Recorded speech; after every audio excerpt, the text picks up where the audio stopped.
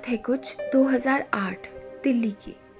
अक्टूबर की सर्द शाम में चलती ठंडी हवा और मेरा गला खराब। और बस एक ऐसी ही शाम को सामने दीवार पर लगे टीवी पर आ रहा था मास्टर शेफ जूनियर और माँ की नजरें थी मुझ पर जो उनके ही फोन पर कैंडी क्रश खेल रही थी। चल तुझे आज चाय बनाना सिखाती हूँ, माँ ने कहा। एक 12 साल की बच्ची जिसे आज तक स्टोव से दूर रहने के लिए कहा जाता था, उसे ये सुनकर बहुत एक्साइटमेंट हुई। मैंने फटाफट रसोई में जाकर दूध, पत्ती और चाय का पतीला निकाल लिया और हमने माँ के आते ही शुरू कर दिया। अभी माँ मुझे नानी वाले नुस्खे बता ही रही थी कि ये तो मैगी से भी जल्दी बन जाती है। उस दिन चाय बनाने की मुझे इतनी खुशी थी कि मैंने गरम गरम चाय से अपना मुंह तक जला लिया।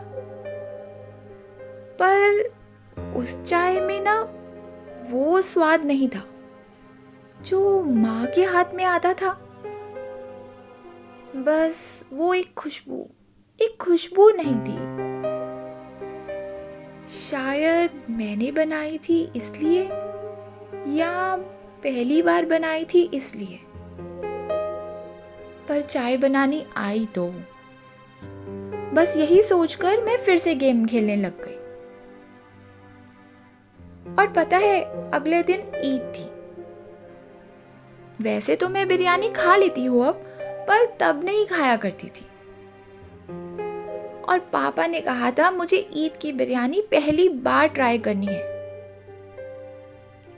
तो बस मेरा सारा फोकस उसी पर था।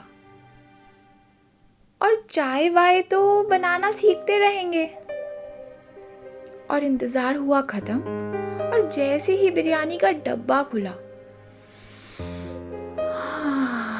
ओहो हो, क्या खुशबू!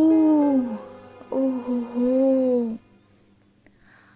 अभी मैंने बिरयानी खाना चालू ही किया था कि हाँ, बिरयानी में कुछ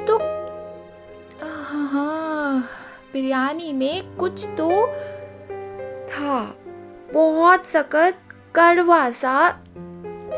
ध्यान से देखा तो इलायची थी।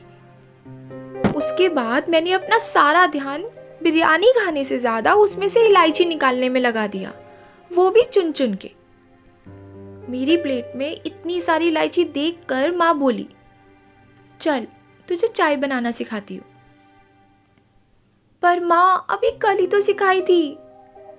मेरा आज बिल्कुल मन नहीं है। वैसे भी बिरयानी का सारा मजा खराब हो चुका है, अब आप और परेशान मत करो। चल ना, आज तुझे दूसरे तरीके से सिखाऊंगी। बस ये बात माँ ने बोली और मेरी प्लेट उठाकर किचन में चली गई। जब तक मैं किचन में पहुंची, माँ चाय का पानी रख चुकी थी। 1 चम्मच चीनी चेक, 1.5 चम्मच पत्ती चेक, 1 इलायची चेक। इलायची? छी यार, इलायची कौन डालता है? चुपचाप खड़ी रहे और देख। माँ ने मेरी बिरयानी की प्लेट से 1 इलायची का दाना उठाया, उसे पानी से धोया और उसका छिलका उतारने लगी। जैसे ही वो छिलका उतर गया, सब दाने बिखर गए। माँ ने वो दाने समेटे और अच्छी तरह से पीस कर चाय में डाल दिए। थोड़ी देर के बाद उसमें से वही वाली खुशबू आने लगी जो मैं अपनी बनाई चाय में ढूंढ रही थी। उस खुशबू में शायद मैं खो सी गई थी। 12 साल की बच्ची अब बड़ी हो गई थी।